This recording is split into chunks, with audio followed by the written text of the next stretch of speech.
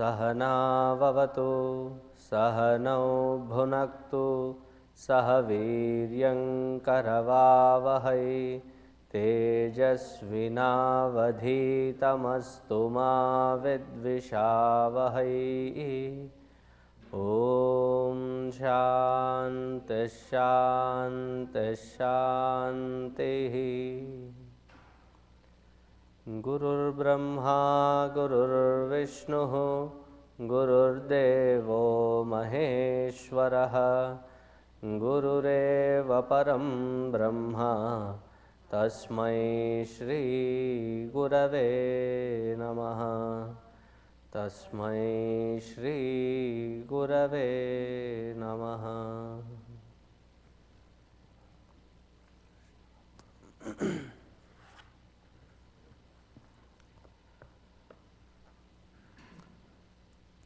So in this series of Kathopanishad that we have been having,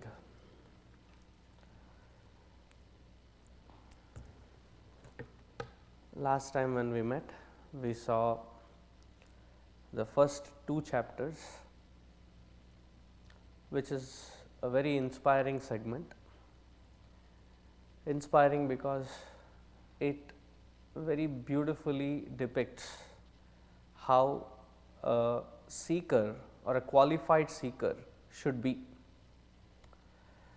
So the story goes that Nachiketa, having observed something that was not very acceptable to the norms of what his father was doing, and he didn't have the audacity to go object it, but instead presents it in such a way, but his father anyway gets angered, and in his anger he sends him to Yamaloka. Having reached there, Yama was not at home. We talk about our schedules being busy. Imagine Yama's schedule. He works day and night. Whenever there is a call, he is always on call.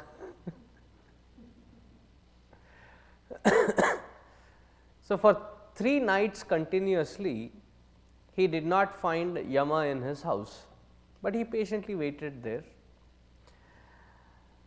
Having gone there with the sole purpose to meet Yama alone, though the hospitality was offered, he politely refuses, saying that my purpose is to meet Yama and none else. So he was waiting outside, and Yama was informed that this Brahmana has come, a very young child, and he has refused to take any kind of hospitality. It is said that if a guest comes to our house and does not accept the hospitality, everything that you have ever worked for, all kinds of Shri, Yasha, everything would be down the drain, and that too he seems to be a very sincere seeker. So Yama rushes to him and he says, even Yama had to fear him because he had not accepted the hospitality. So Yama says, for these 3 nights I apologize that I was not available. I was so far away that my pager was not working, or else I would have come early enough. But anyway, you have been here 3 nights, and for each night I want to give you a boon as my prayaschitta, or else it will be bothering my chitta, my heart, and in order to get out of that guilt, I have to offer this unto you. So Nachiketa thinks. He must have said, give me a moment to think. And in the first vara, he says that it is my responsibility to cater to my parents. And the way he words it, that is why he is my inspiration. He says, in my first vara, I would like to ask for this kind of a boon. And what is it? When you send me back to my home, that itself is a vara. But he says, when you send me back home and my father looks at me, he should not be scared. Imagine somebody going to the other world and coming back. He said, my father should not be scared. All the past agitations that he might be carrying should be wiped away from his heart clean. And for however long he live, may he live happily. How many clauses that he has added in there? He says, this is my first vara. So, just with the smartness with which he is asking, Yama also must have been enticed with his little kid, 6-year-old, and he said, okay, first vara granted. That was my responsibility towards my parents. My second responsibility is towards the world that I live in, that it is my responsibility to cater, because I have lived in this world as a social being. To that society, it becomes my responsibility to cater something noble, something that I can offer. And I hear that many of them are interested in getting to Swargaloka, and it becoming a very rigorous process. They have to apply for the papers, and then your customs department has to check and validate, and they have to go through the Chitragupta. Chitragupta is the department head. And there is a lot of processing. Is there a convenient method? Yes, there is a convenient method, which I have learnt myself, and I have been a great propitiator of it. I will teach you that, but with one promise, that I will only teach you once. In those days, there were no dictaphones or the MP3 recorders, nothing of that kind. Probably in those days, if you had carried a paper and pen to note down the points, the teacher would have felt insulted. Why? You should pay enough attention that you should be able to grasp it by just listening. Those were the days.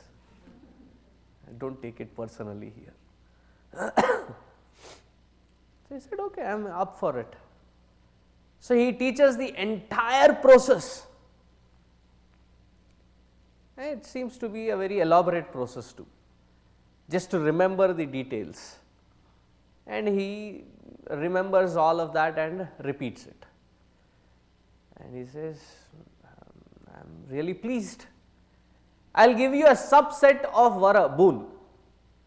And he said, before he says, it is not your choice, it is my choice. He says, this whole process of going to Swarga will be named after you, and take this mala, whether it was a mala in recognition that he was a great scholar, that he could remember everything. Whenever there is a victory, there is a mala given. So there could have been various interpretations for it. And then he says, now ask for the third one.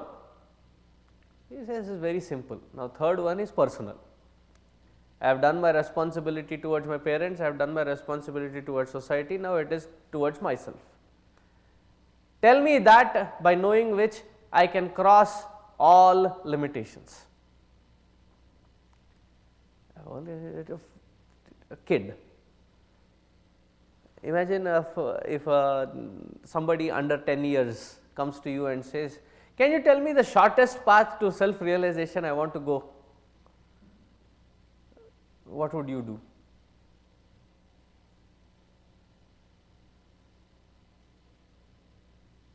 Somebody said, we'll bring him to you. I am also searching. Then I should say, you are in queue, please wait. So he looked at that kid and he said, I don't know what does he even know what he is asking? So he tries to entice him with various things that a common mind would have been easily swept away with.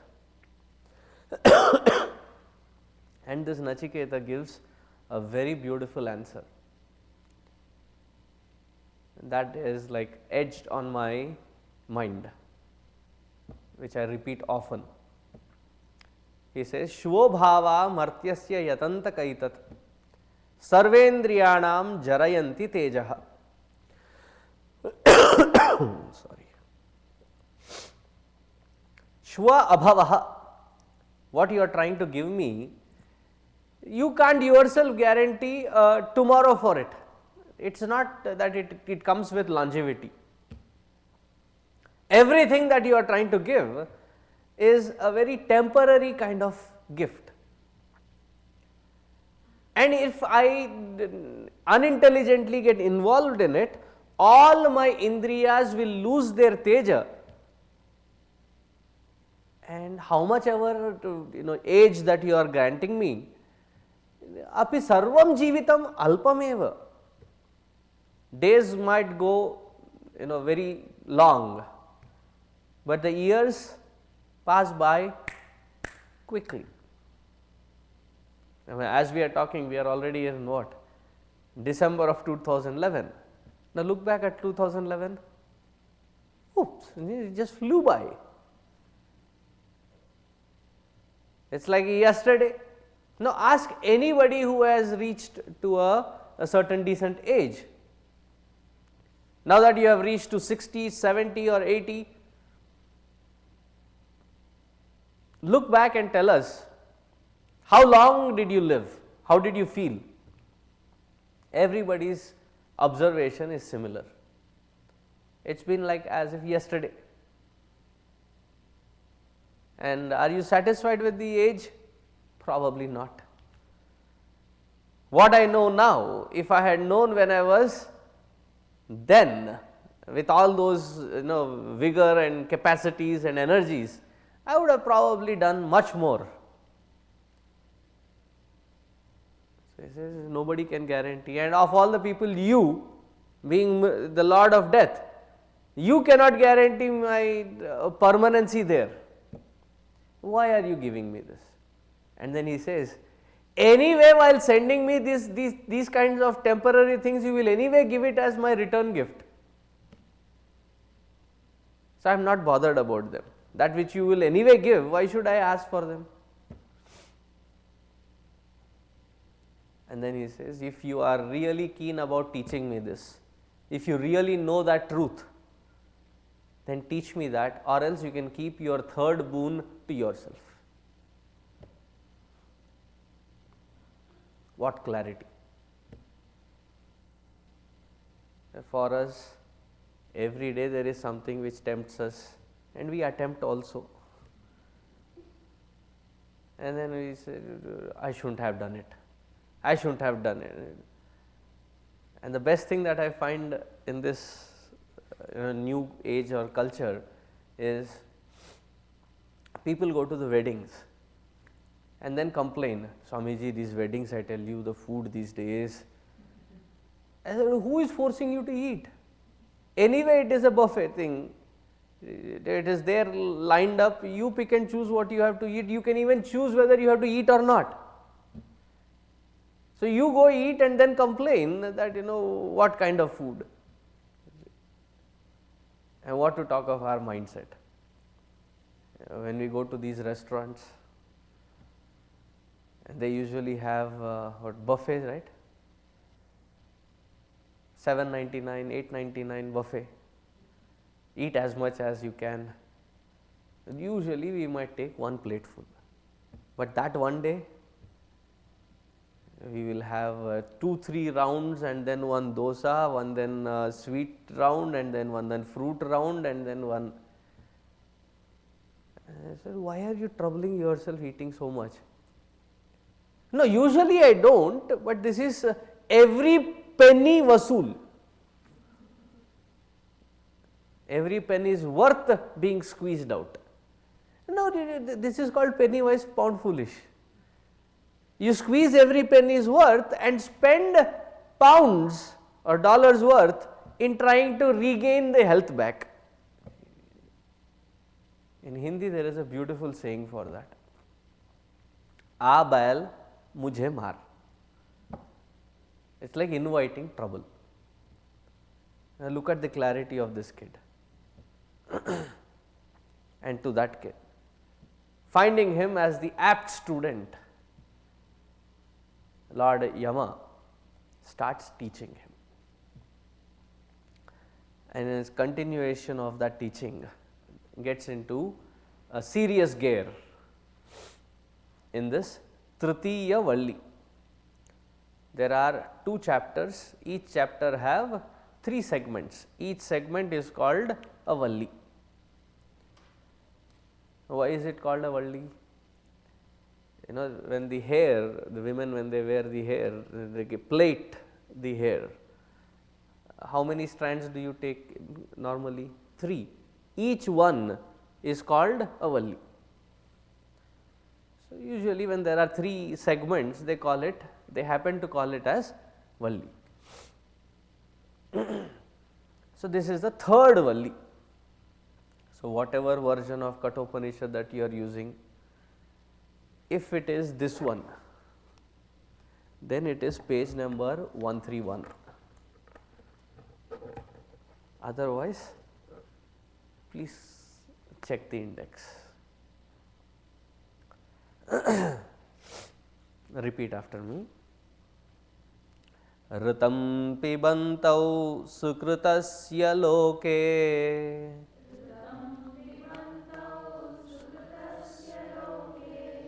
guham pravishthau parame parardhe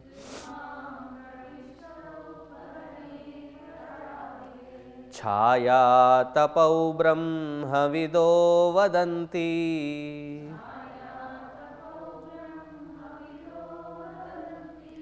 panchagnayo ye chatrinachiketah ye chatrinachiketah. So, the message gets intense from here on. So, what is the message? Guham antar guhayam, meaning inside the Hridaya Akasha. Hridaya Akasha is the Hridaya Guha, which we find in many of the scriptural injunctions. They refer to the spiritual heart, not the pumping heart. It is the spiritual heart. Where is the positioning of the spiritual heart?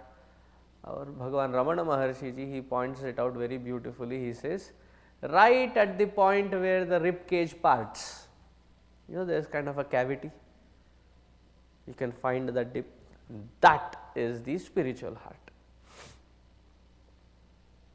Where exactly there? So, I can tell you one thing. Where do you find, you know, the pain of separation or pain of missing something? Where do you find it hurting? That is the spiritual heart. Now, go find. As they say in this country, go figure. It is an approximate feel that it can be directed to. So, that is the Hridaya Guha. In this Hridaya Guha is there are 2 entities living. I thought I only live here. No, there are 2 more living inside.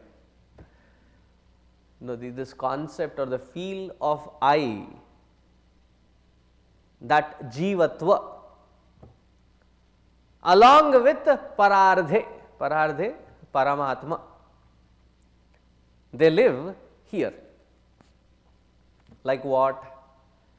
Chhaya tapau iva. Like the person and his or her own shadow. Some people even describe chhaya here as the reflection, whether it be reflection or a shadow. I would like to go with the shadow meaning, it sounds good. If you are not there, will there be your shadow? Wherever you are, will there be a shadow? Does the shadow have an entity of itself? Are you conscious of your shadow?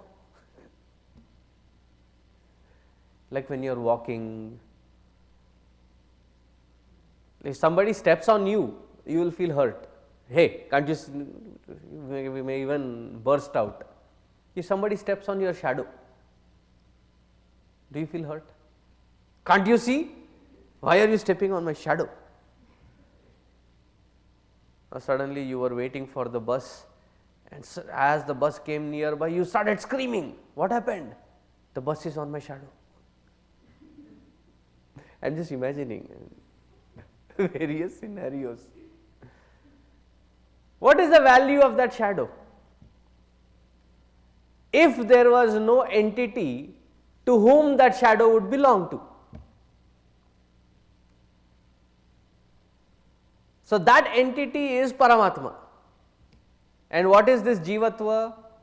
This Jivatva is like the shadow. This Jivatva is the ego. And who gets the most importance as of now? You laughed at the shadow example, right? Various things I was saying, and I said, Swamiji, where are you going with this? Nobody even thinks of such things. You laughed at it, right? Why did you laugh at it? Because you made it look silly. Okay, fine. But you found it silly, right? Now, if with the ego we are similar, that if it is the chhaya, if it is the shadow, and we give the validity to that shadow of the ego or shadow of the presence of ego, and call that as the most prominent thing to be fulfilled. Why do I do what I do? It's because I have to feel, I hear, the ego has to feel gratified. And who is that ego? A shadow. Who has to be given the importance? That because of which the shadow can come to an existence. Ritam pibantau sukritasya loke. Of the various actions performed in this world, the results of it, pibantau, enjoyed by this ego. Can the ego actually exist without the Paramatma? No. But who is the one who is the seemingly enjoyer and the doer of everything? It is the ego. Does Paramatma do anything? No, he is just a mere sakshi, he is just a mere witness, in whose presence all the activities happen. And who stakes the claim? The ego stakes the claim. I have done it, I have to enjoy it, I have to relish it, it is my life.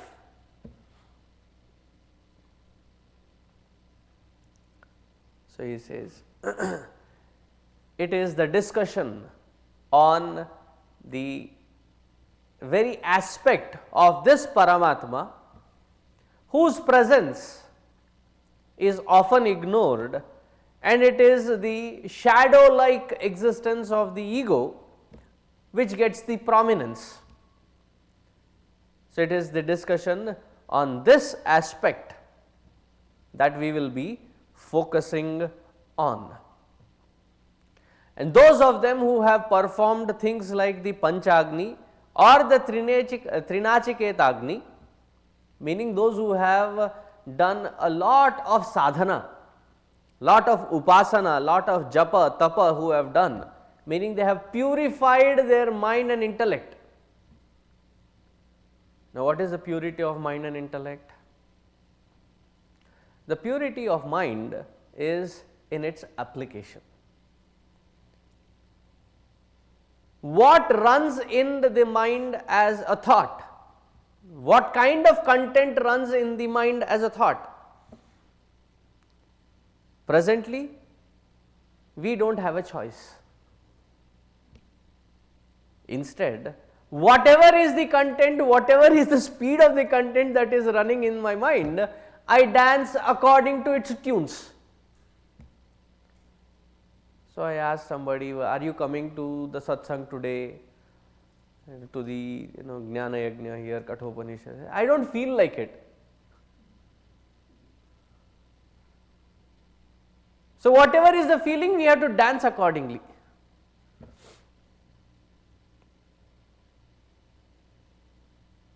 That is called the impurity of mind, meaning a totally indisciplined mind system.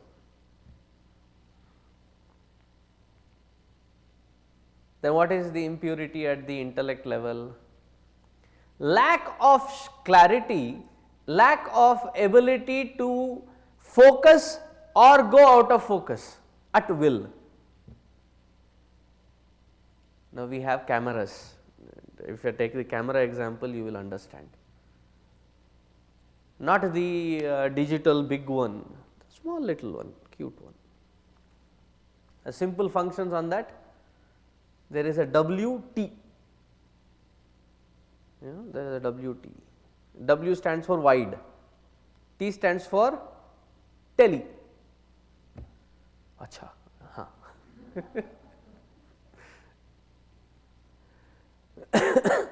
So, you press one, it zooms in, you press the other one, it zooms out. You are still thinking whether to zoom in or zoom out, zoom in or zoom out, and the system has been left idle for some time. What will happen to that camera? It will shut down.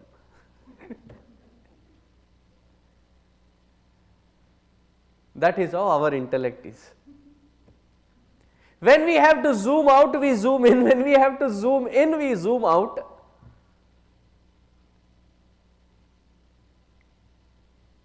And when we have to take quick actions, we idle. So, what happens effectively? The system shuts off. You understood the example, right? Now, apply it to the intellect. The ability to focus on something when required. Like for now, at this moment, you have to focus on what you are trying to learn. There is something which has happened, somebody said something, somebody did not say something, somebody looked at you, did not look at you, go out of focus. That whole incident, take out of focus. No, I want to know why. Why did they do this? What did it? Just because you are whipping you with that question with why? Do you think the answer is going to come? It has happened, and whether it was purposeful, intentional, unintentional, it doesn't matter. Go take the entire focus out from there. No, I will find the answer. That is where it has to zoom out. And when can this happen effectively? When the intellect is subtle. When the intellect is very subtle, it very readily settles. Because of lack of that subtlety, we are always unsettled. Constantly kitch happening inside. Constantly looking, calculating. Who is doing what? How are they looking at me? Why are they looking? What are their intention, motives, calculation? If they do so much, how much should I calculate and put myself there? Should I not? Be yourself.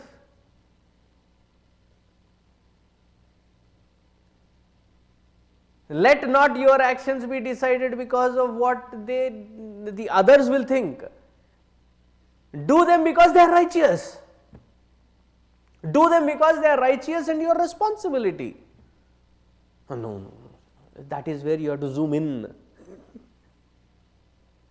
That is called the subtle, sharp, prepared intellect. So, how do we get this subtle, sharp, prepared intellect and the consistency of mind wherein we can pick and choose what content, what thought will run into that mind at what time? That consistency and that sharpness comes with constant upasana and japa. In the Upanishad language, when they say upasana, it means bhakti, puja, japa, and lot of swadhyaya. Swadhyayana, that you are not just listening to this knowledge, but you are practically applying it in day to day life and then bringing it back as a feedback loop to refine that knowledge to almost making it like wisdom, that you have seen it in all possible angles. And that is when you can say, I know that field completely. Expertise.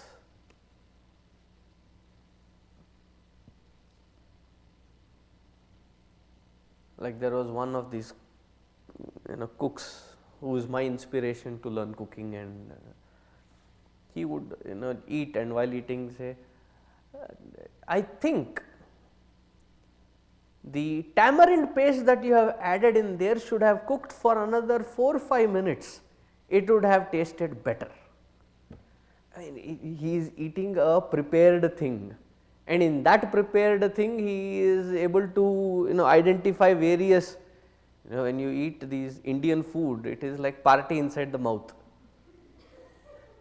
Various flavors, various tastes, various things jumping around there, and he can look through all that and identify that one element and what could have enhanced the existing experience. How did that come? Is it there in any book, in any recipe book that he has memorized? No, it comes only by experience and expertise. Similarly here, swadhyaya has to be done constantly.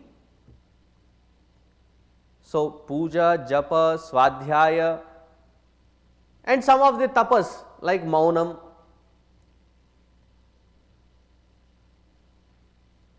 Maunam is a tapas, yes.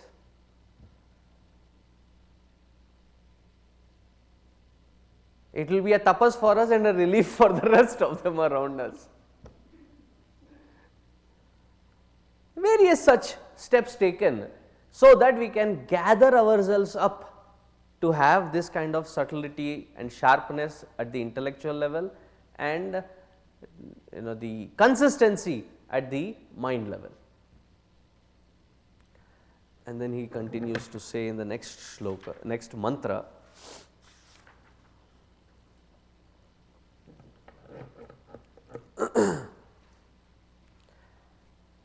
Yaseturi jananam aksharam brahma yat param abhayam titirshatam param nachiketam shakemahi.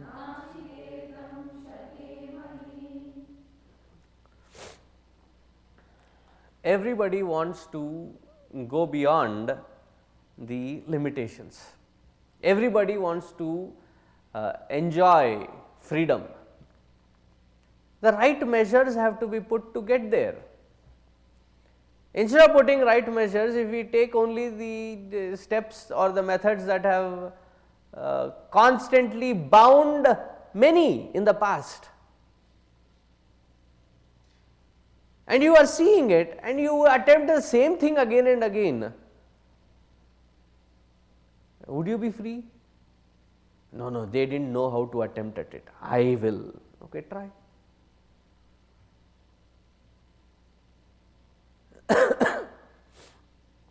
When I was young, we had gone, I think it was in Bangalore. We had gone on a field trip to a science museum. There was one great scientist or a practical scientist named Vishveshwaraya. So there's a museum on after his name. So we had gone visited. There was one particular piece which all of us took 10-15 attempts to try that. Inside there was a gold like looking coin,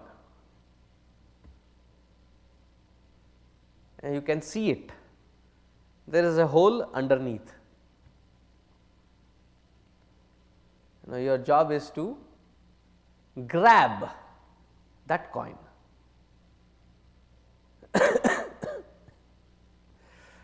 So after having attempted 10-15 times, we go to the lower level. As you are going into the lower level, they show the entire internal structuring of that one particular thing. And what they are trying to show there is the reflections of the mirror. The coin is totally in a different chamber, inaccessible to any human hand, and the hole that they have given is going totally in a different direction than where the coin is. But everybody, अपने आप को बड़े 30 मार खान समझते हैं. One attempt is not sufficient, 2 attempts is not, again maybe, I don't know, I thought I touched it. In Hindi they call this a ding hankna. They portray as though they have almost succeeded to accomplishing it. Inside we know how great accomplishment that was. Did we even accomplish it or not? So here he says, the best method is to prepare the body, mind and intellect in such a way that you help yourself to disidentify from it, and this kind of upasana and puja, they are like the bridge to take you to that side. They may not ultimately give you realization, but what can they help you to do? They can help you prepare yourself to reach there.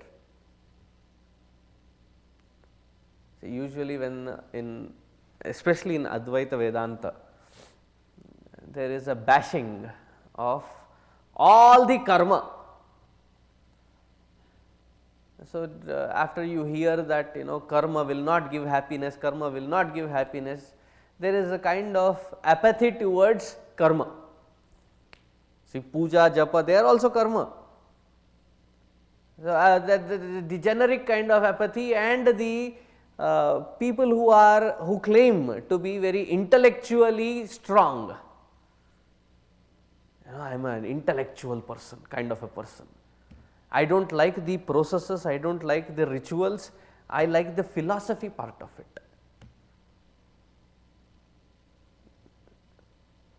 They tend to miss out on this beautiful subtle aspect, which even the Shruti, which even the scriptures talk about. Like the last time I was talking on Upadesha Saram. All those who have claimed that they have learnt from Ramana Maharshi directly, they talk about only one thing. You have to be a witness of that one supreme Ask, who are you?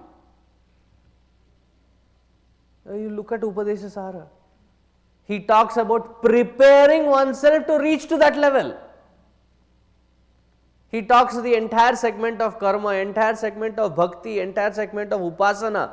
Then he talks about japa. Specifically, he spends a shloka or two on japa. And then talks about pranayama. Then combines all of this to say that now you are prepared for dhyana on that ultimate.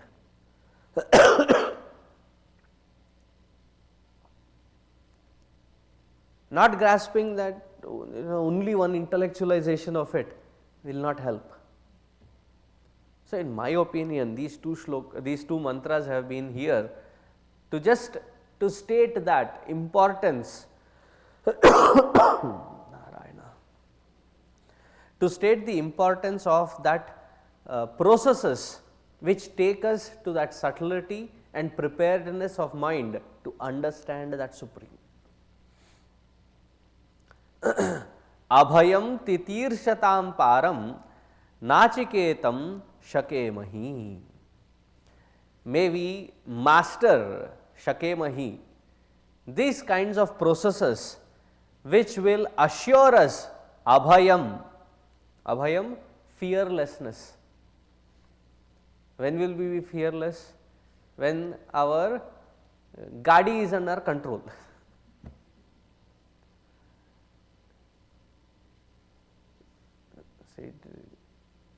I don't know if you ever had that experience. In India, when we take this different yatras, after a certain point of time, I go to the front and sit with the driver, because I have seen it personally on that curvy roads. Sometimes I have seen them go this.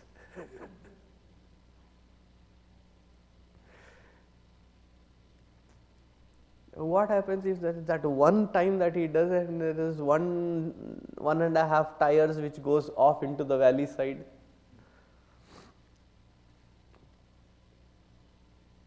So I go sit with them and talk with them. Why? So that they can be entertained to keep their eyes open. No, knowing for fact that your driver might sleep off. Can you sit in that vehicle joyfully? There is always fear. There is always that vulnerability, the anxiety built in. Now, similarly here, we don't know when the mind will turn on or turn off. We don't know when the intellect will be available or not available.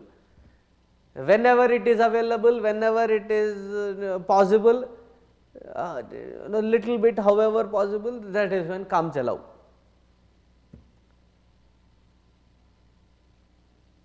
That is why we are totally in the anxiety bouts, not knowing where the cause for anxiety bout. It is my work. No, it is the unpreparedness of the mind.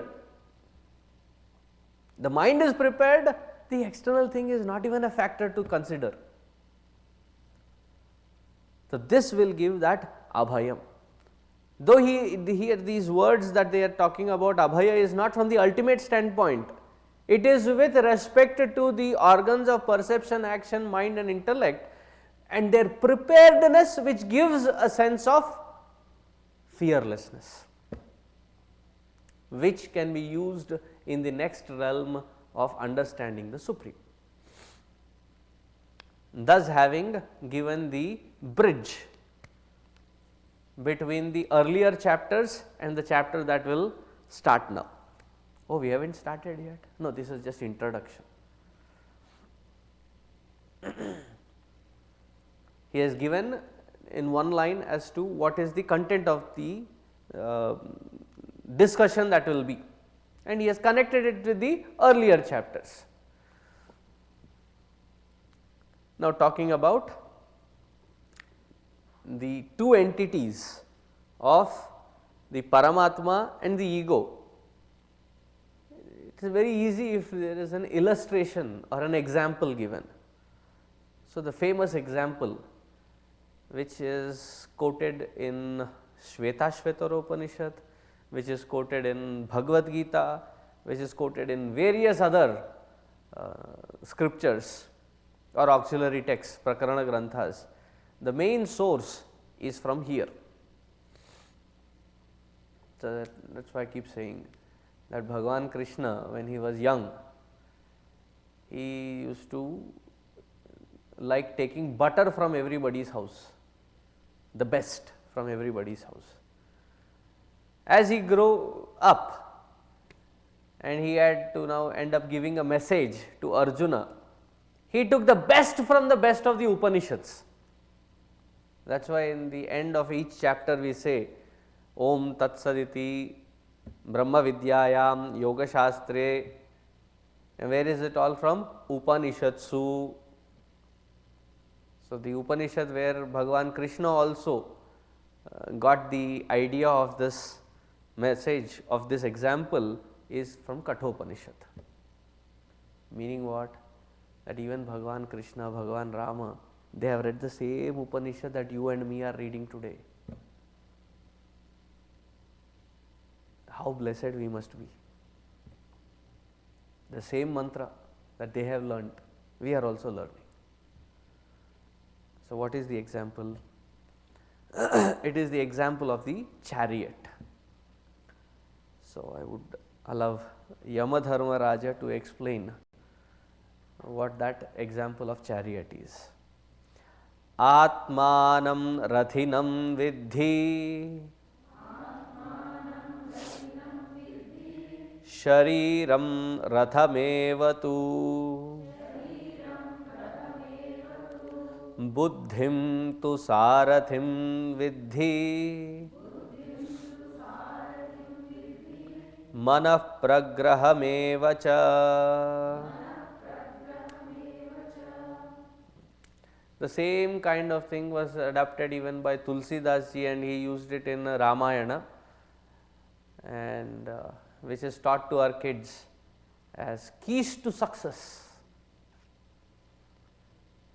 In one of the grades, 5th grade or something, we talk about keys to success, which the kids also say when they come on the stage. We were learning about the Dharma Chariot, the Dharma Chariot. So, the Dharma Chariot, the example, that was also taken from here. So, what is it? Atmanam rathinam vidhi. Consider the enlivening principle, that because of which there is life here, as the Lord or the owner of this chariot. Let us not immediately compare, we will find lot of discrepancies. Owner, from which angle? I have been trying to reduce my weight, I can't reduce. I have been trying to control my mind, I can't control. From what perspective is it that I am the owner of it? No, we are not talking about us, we are talking about the conscious principle, the enlivening principle. Atmanam rathinam vidhi. Shariram rathamevatu. This physical body is like the ratha, is a chariot. Buddhim tu sarathim vidhi. Understand the buddhi to be the sarathi. Sarathi, the charioteer. Manaha pragrahamevacha. The mind is the reins. That because of which the horses can be controlled, that reins is the mind. Now, in order to ride a good chariot, I do not know if you have ever I had an opportunity to ride in a chariot. This was in the Bombay. There is the sea phase, the road which is, it curves along the seashore. So, there are a lot of chariots. So, I had this deep intense desire, once in a life at least, sit in a chariot, and I had a lifetime experience.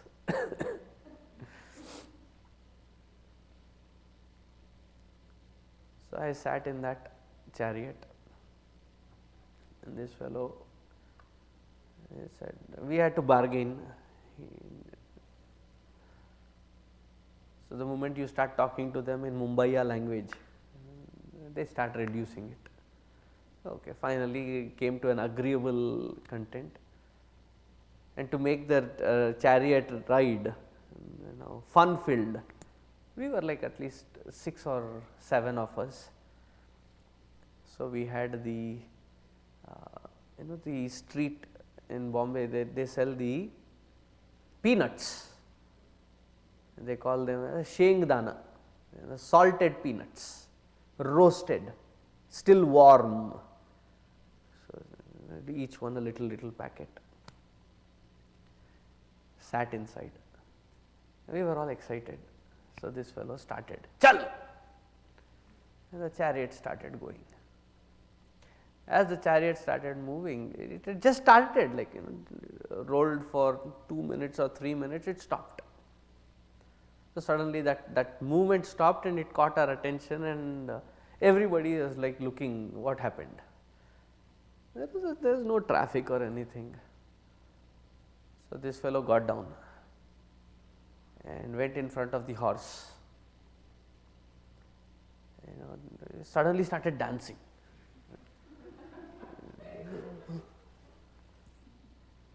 And then came back, sat inside, and again chal, again the horse started on. Another 2 or 3 minutes it rolled, again it stopped. Again this fellow gets down and again goes there, dances, and then comes back. So, the next time it stopped, before he got down, we caught him. I said, stop. What is this happening? And he said, Babuji, I usually have good horses, but my horse is sick for 2 days. I borrowed my brother-in-law's, and his horse is usually given in hire for the the dulha.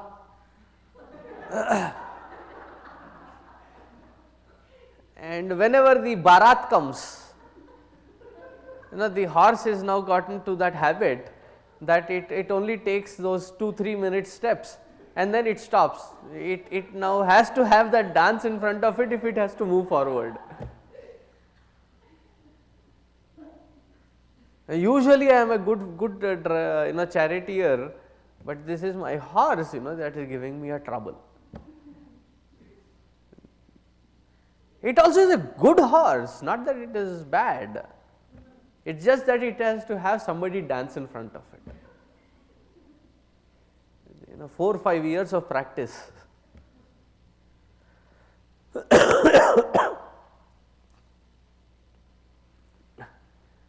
Atmanam Rathinam Vidhi, the enlivening principle.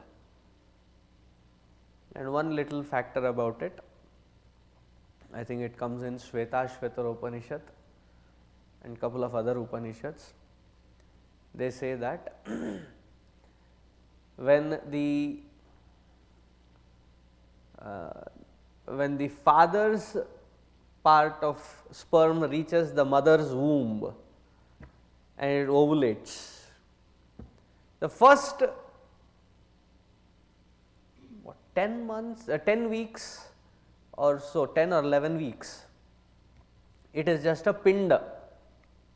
It is just a physical aspect. It is only after the 11th week that the Jivatva, the Paramatma, the enlivening principle enters the body. Why doesn't Paramatma enter before? He said, even if I enter, where will I live? Now, when you go from this city to next city, you are vacation. You are not shifting houses or anything, you are vacation. Along with your flight tickets, you also book your hotel, stay, car rental, everything, right? Making sure that you have everything, that is when you travel to the next spot, isn't it? Similarly, is that the Paramatma comes in after the shape has taken up. Since then, till the moment that the principle of life quits from this body, who is the boss? Whether we give him the due respect of being a boss or not, but who is the boss? Is that principle of life. Why is he called the boss? Like in any office, as soon as you step into the office, I thought it was only in India. I have changed my vocabulary, it applies even here. As soon as you step into the office, you know if the person in charge for that office is in the office or not. Don't you? Because as soon as you step in, you can see that those who are under him or her, they are very casual. There is a lot of mobbing here and there. The photocopying machine room is filled. The what do you call the snack area? Break room. The break room is busy. The people going in and out. There is a lot of activity. But then when you know that the boss is there, everybody is very sincerely working. You are sincerely, right? At least in India, it was very clear cut understanding. You go for meeting that particular boss in that department. As soon as you step in, you see the mahol, the environment inside, and you can walk out. Yeah. Somebody is pan, somebody bidi, somebody chai, somebody just chatting. Boss is not there. Similarly, the presence of this boss in here, how do you know? The eyes, ears, nose, taste and the skin, they function in their specific field continuously. Don't they? Every organ of perception action functions in its field effectively. Mind also does its amazing job of collecting the entire information from the world effectively. Can any one of these organs function without the principle of life's presence?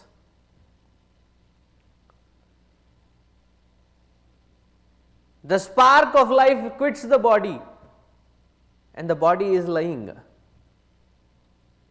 Does it say to the entire crowd around that body crying, okay, please move aside, I need little air. यार पंखा लगाना यार. No. The skin has no sense of touch.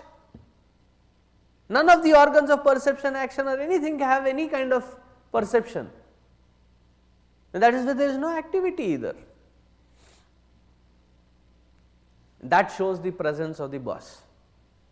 Atmanam rathinam vidhi. Shariram. What is the sharira? It's another beautiful aspect that Bhagavan has created.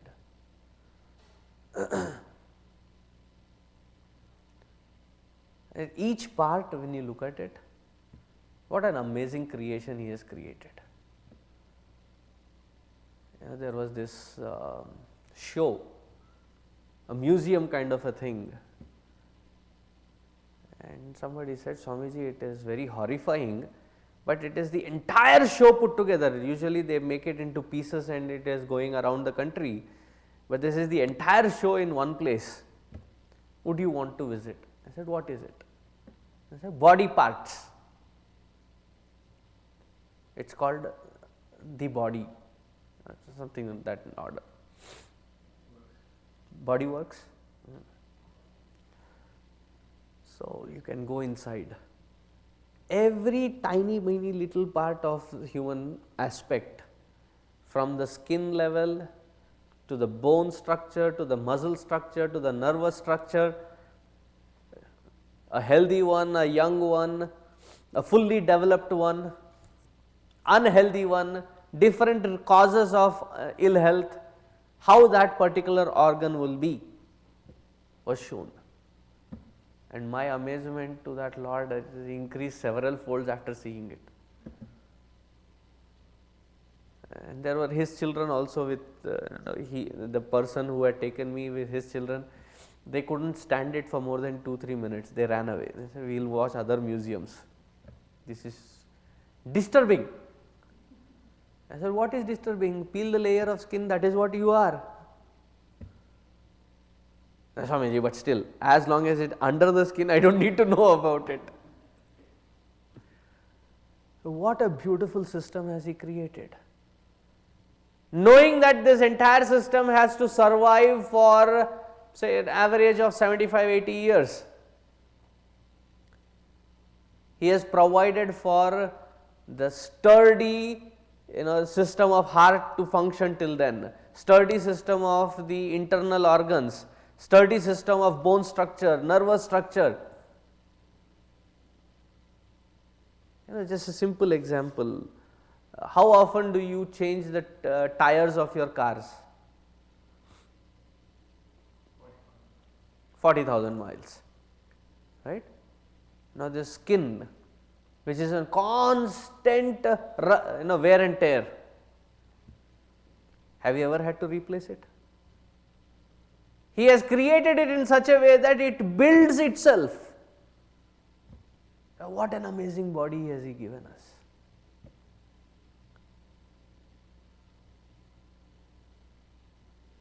And each aspect of it, if you look at it, amazing he has created. The memory, the brain's memory power. And 10 years ago, a decade ago, the memory of a computer was less than what your cell phones carry these days. And still we say the memory is not sufficient. Imagine the memory that he has created here. Constantly evolving, constantly data is coming, pouring in, but still there is enough space left for all this memory to be stored. I mean, every beautiful aspect that you look at it, we have been blessed with an amazing body. Shariram ratham evatu. Buddhim tu sarathim vidhi. Whether we do something or not do something, it is the buddhi that takes the decision making. To do as well as to not do. Say around 7 o'clock, you just had finished your dinner, you were lying there and then you said, yesterday he was announcing about this Kathopanishad yajna.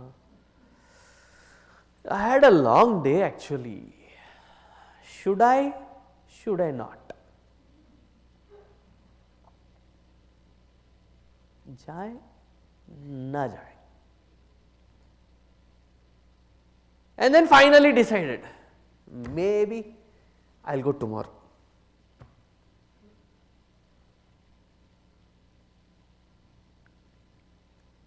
Anyway, he puts it on Ustream, I can watch it. Maybe I will go catch up with tomorrow, live version. Whether to do it or not do it, whatever be the decision making process is done by buddhi. So buddhi is like the charioteer. The charioteer decides which direction the chariot has to go.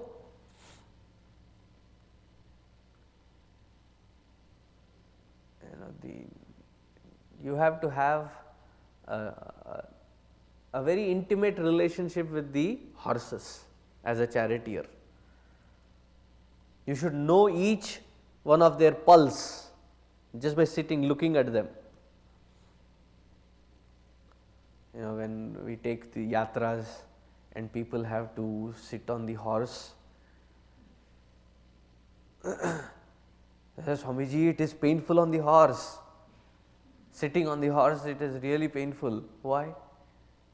Because probably it is the first time, they are scared to death. Especially the Gangotri, Gomukh Yatra, there are at least 10, 11 spots wherein it's a thin, narrow path. Two cannot travel, there is only one who can travel.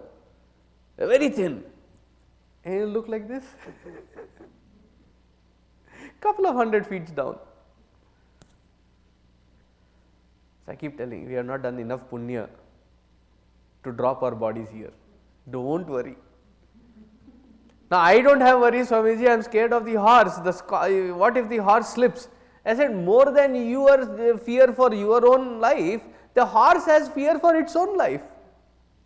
If at all it feels threatened and that it cannot maintain its balance, it will throw you off. But never put his life in. Swamiji, we are already scared. Why are you? And then you should see the horse is like bumping them up and down, and then they get down after half an hour or 45 minutes. They are like sore everywhere. Swamiji, you said horse was comfortable. What comfortable? My back is hurting, my knee is hurting, my shoulders are hurting. So to ride, to even know how to ride, the galloping, as they say, the movement of the horse, as they say, you should synchronize along with the movement.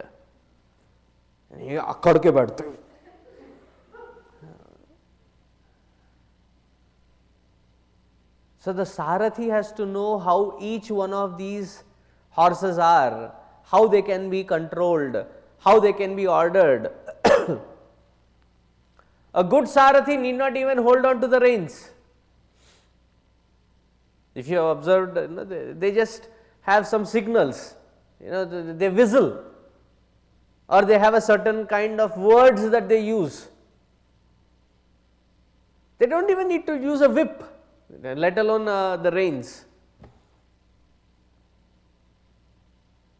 Just one signal and it stops, or one signal it moves.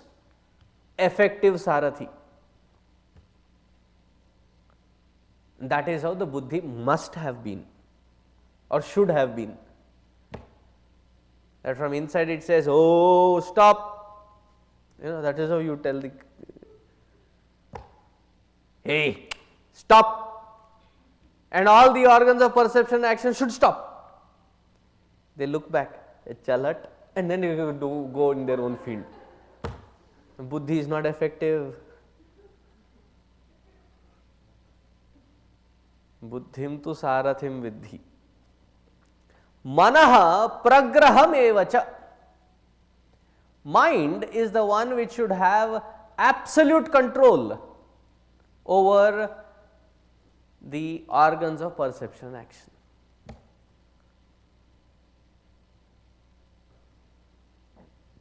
How are the organs of perception and action? First of all, before even you go to organs of perception, how is the mind? Constantly busy, never unavailable, never available. What is it achieving being so busy? Nothing.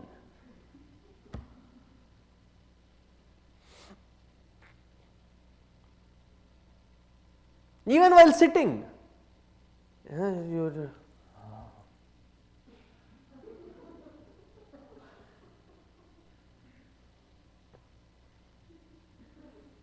जो कुछ What are you thinking so serious? Nothing.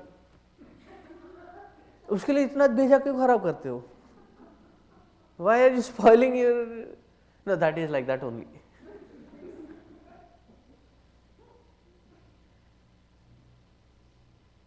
The mind has to be straightened, disciplined, and that disciplined mind can control the organs of perception and action like that.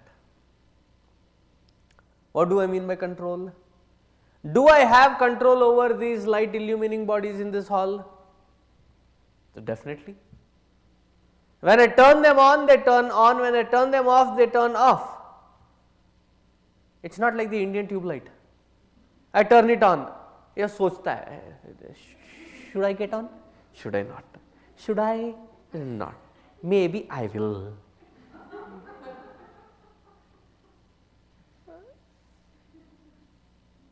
And we don't have a control over it.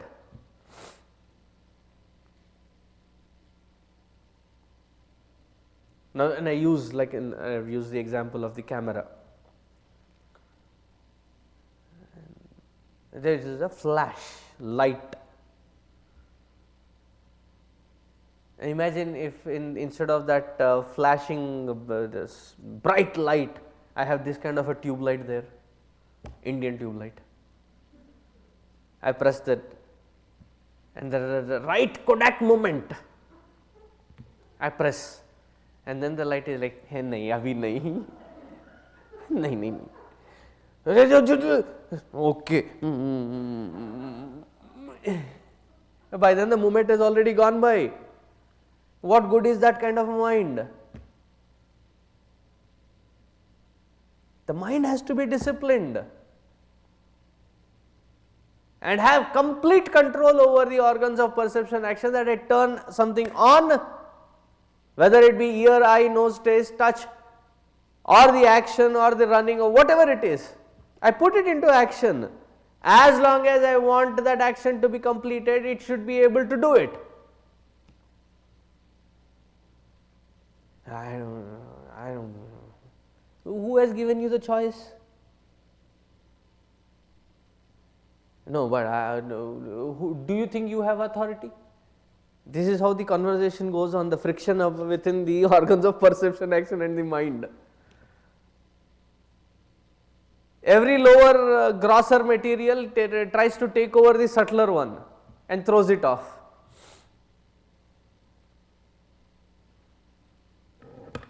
Continuing. Indriyani hayan ahuhu Vishayansteshu gocharan Atmendriyamano yuktam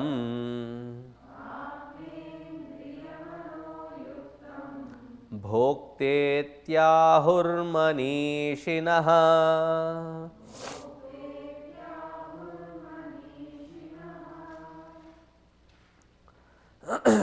Indriyani hayan ahuhu. What are these organs of perception and action? The horses. How are these horses? I am talking of our condition. How are our horses? Unbroken. You know, the horses, the trained ones, the training process is called breaking the horse, meaning the wildness of it is broken and there is a disciplined system that is inculcated. So, you train that horse. Along with the horse, the trainer also has to train. And we keep seeing in these movies that who was this? Some Rajput king, I don't remember which one. If I remember, I'll tell. So, he would stand on the fort and whistle, and his horse would come exactly stand right underneath, that he could jump off onto its back and it would ride off. What a training, what a precision must be required. What if the horse comes there? 2 meters, 3 meters, no, 1, no, 2, 3. By the time he jumps, top falls down.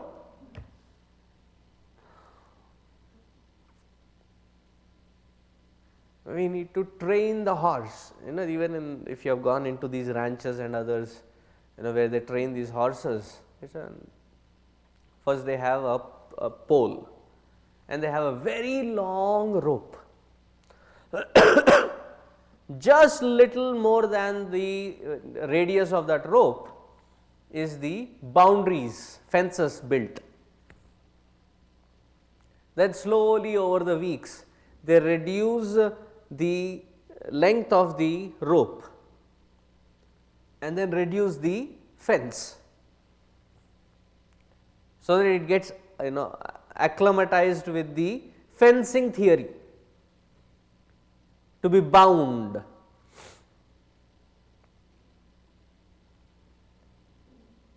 Then you slowly build that discipline around it, and then you break the horse into a disciplined pattern. Similarly, our organs of perception and action. Now imagine if there is a baggage and 10 people have been given the job to lift that bag. In South there is this Paramananda and his 10 students. When Guruji asked me, what name do you want for your sannyasa? So I said Paramananda. So he said, do you find 10 students? I said, I can find more than that. But he refused to give me that name, because he could see how I would use it, probably. And these 10 students are the utterly foolish students.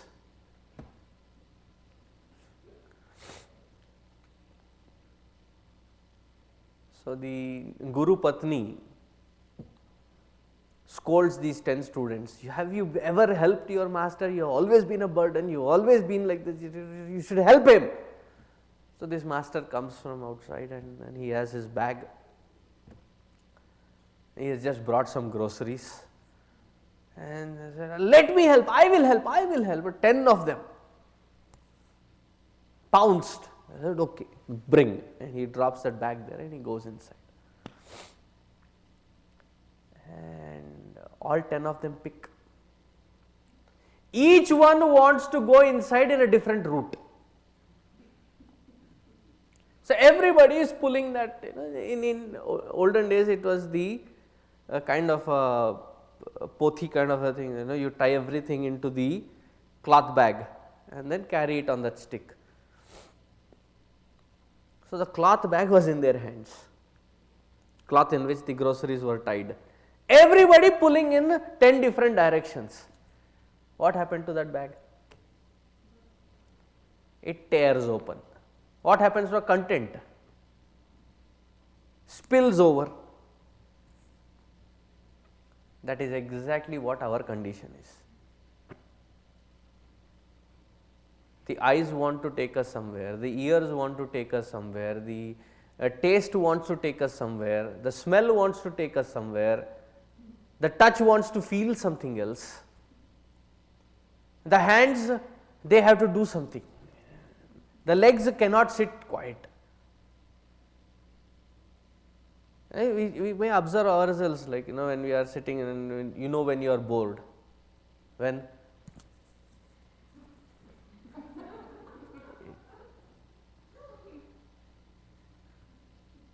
take a break, go.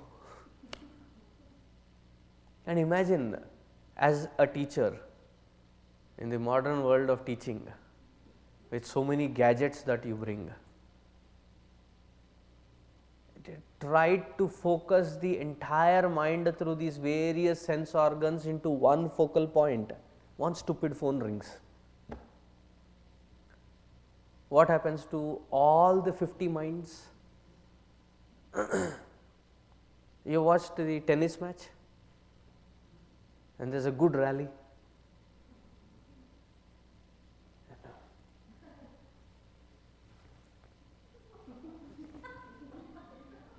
You see the faces? It's fun to watch that. As soon as there is all 100 faces turn into that direction. I am like, it's like a wave. Okay, unlike in tennis wherein that they follow the, do they come back to the point? No. As soon as that is, then from there it goes on scattered. I literally feel like I am a Texan and a cowboy by nature at that point of time. Why? I feel like I am in a rodeo with a lasso. Catch that mind, catch another one. Do you understand the strain on the teacher as to how much effort has to be put to gather all the minds? Because given the slightest excuse, the mind runs along with these untamed horses. And where do these horses run? Vishayansteshu gocharan. Their respective fields of Vishaya is their path, is their road. Through the eyes we can never see, we can never hear sounds, can we? Can you hear that? No. Through the ears we can never taste.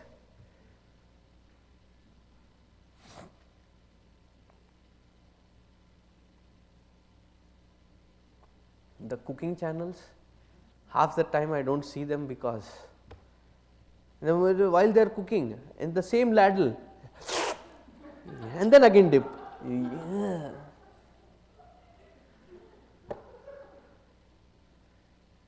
Even while sitting on the same dining table, when somebody is eating with the hand, right hand or left hand, and then the same hand that you pull, and I feel like the leeches or something running over my body. Imagine the entire ladle and then put back in. So when somebody gives you for something to taste, do you put it in your ears? The ears cannot taste, the tongue cannot smell, the nose cannot see, the eye, they have their own specific fields.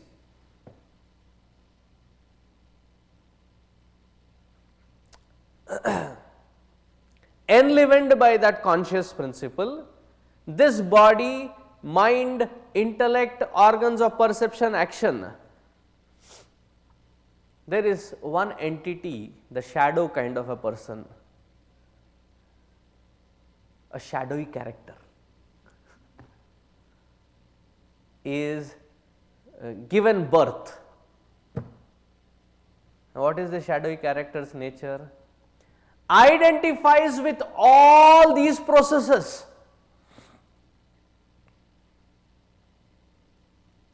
Unnecessarily claims being the doer and wants to enjoy every process. Atmendriya manoyuktam bhokta iti ahur manishinaha. This identified entity is called the ego.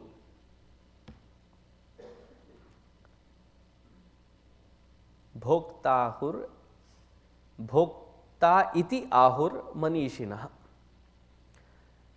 And they call him as the ego, the jivatva bhava. Can we live in this body without the ego? Can we live with this equipment of body, mind and intellect and the entire processing of the organs of perception action without the ego? it will seamlessly function.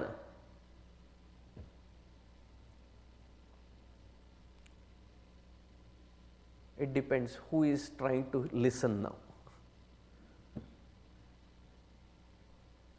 If it is the subtle intellect, then it says yes, this disidentifying process can be done. If it is the ego hearing, why should I give up my identification? Why would I am not ready to lose my identity.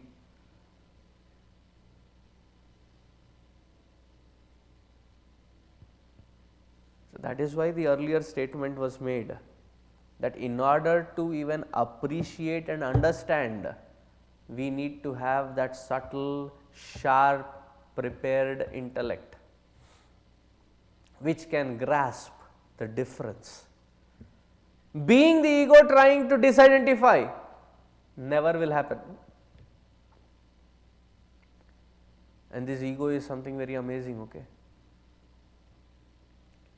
It's like a virus in the system. Any process you start to identify the virus and to remove it, this ego is such a cunning, knackful virus that it becomes a part of that processing also, gets identified with it and never gets annihilated.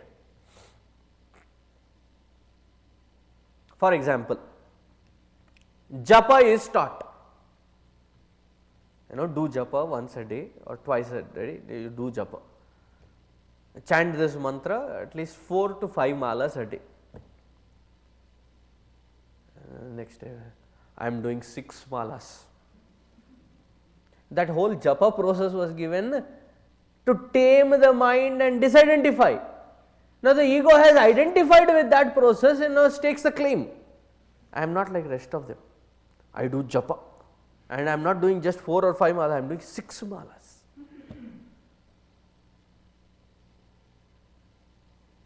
How many times have you read Bhagavad Gita? First time, 7 times already done. Who is claiming it? How many hours do you sit for meditation? 15 minutes. 2.5 hours.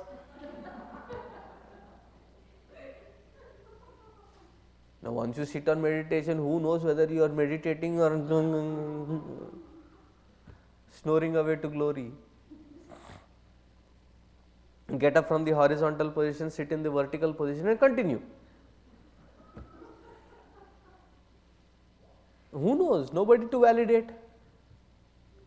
But there is that fellow to claim. Oh, you are Swami Chinmayananda student. I have known him.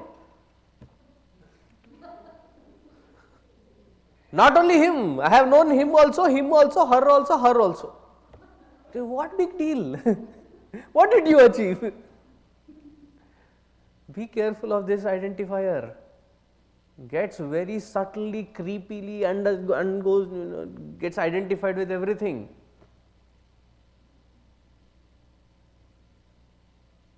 How do we know where we stand with regards to this entire system? That we will see tomorrow. Om Purnamadaha Purnamidam Purnat Purnamudachyate Purnasya Purnamadaya Purnameva Vasishyate.